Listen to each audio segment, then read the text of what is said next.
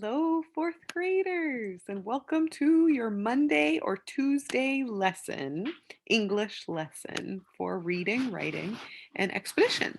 Let's get started. So, first, our learning target for today is I can use a checklist to make sure I am including all the key components of narrative writing to make my story stronger. And narrative writing means a story. So it's like the story that we're working on or the story we're working on right now is an example of a narrative of narrative writing. So let's take a look at this checklist together.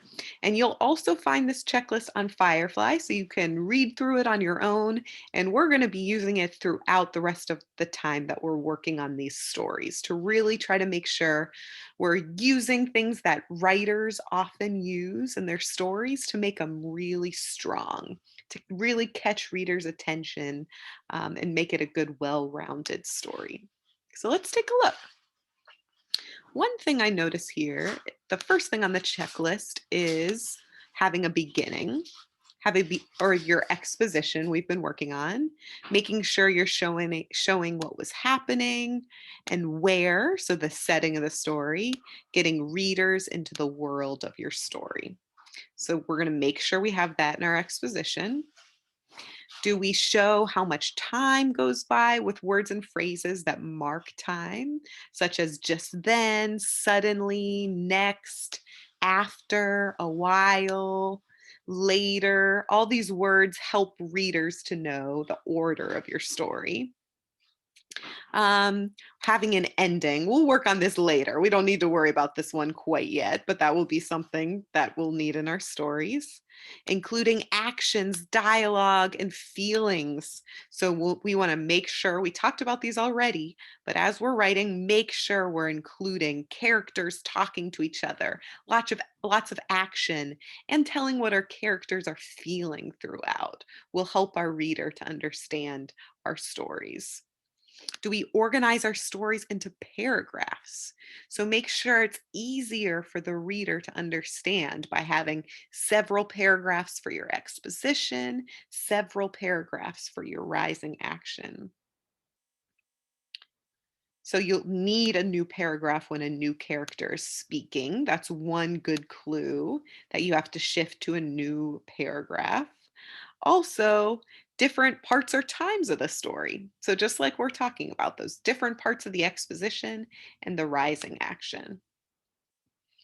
Do we have do we add a lot to the heart of our story? Including actions and dialogues, but also thoughts and feelings. What are our characters thinking? What are they feeling? I showed why characters did what they did by including their thinking.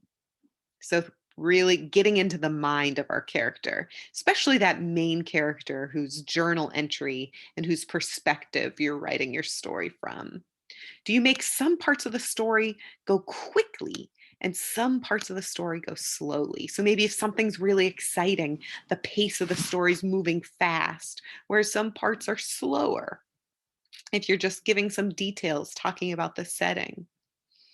Do you have sensory details? What did it look like, sound like, smell like, feel like, to help make the setting feel real? Figurative language we're going to work on later, so don't worry about that one yet. Do you have a storytelling voice and convey the emotion and the tone of your story through description, lots of details about your characters, about the setting, through phrases, dialogue, and thoughts? Okay, so think about all these components that make your story really strong. And next, what I want you to do is I want you to watch this video of Miss Danny reading Freedom Road, reading part of Eliza's Freedom Road. And as you're listening, think about that checklist. Think about, did the author include what characters were thinking? Did the author include how characters were feeling? Did the author organize their writing into paragraphs? So pay attention to those details while you read, and we won't listen to it now on this video. But you'll listen to that later on your own. And after you watch that video, then I want you to open up your historical fiction draft and keep writing your exposition and rising action. Make sure you use that checklist to include all those great components that will make your story even stronger. So, to show you again where you get to your historical fiction draft, if you're on your page for Monday or Tuesday, depending on when you have English, so you'll click on your page, and if you scroll down, you'll find the link right here for Google Classroom, and it's called Historical Fiction Draft. And you also see here's where your checklist is too. So you can get a refresher if you forget something that's really important to have in your story. Come back and take a look at this checklist. So click on this in Google Classroom, open up your story, and add. Today, we're still focusing on our exposition and rising action. And remember, both sections should have several paragraphs, like 3 paragraphs. So you're adding so much detail, so much action, so much dialogue into your story that you're going to have 3 paragraphs in each of these boxes.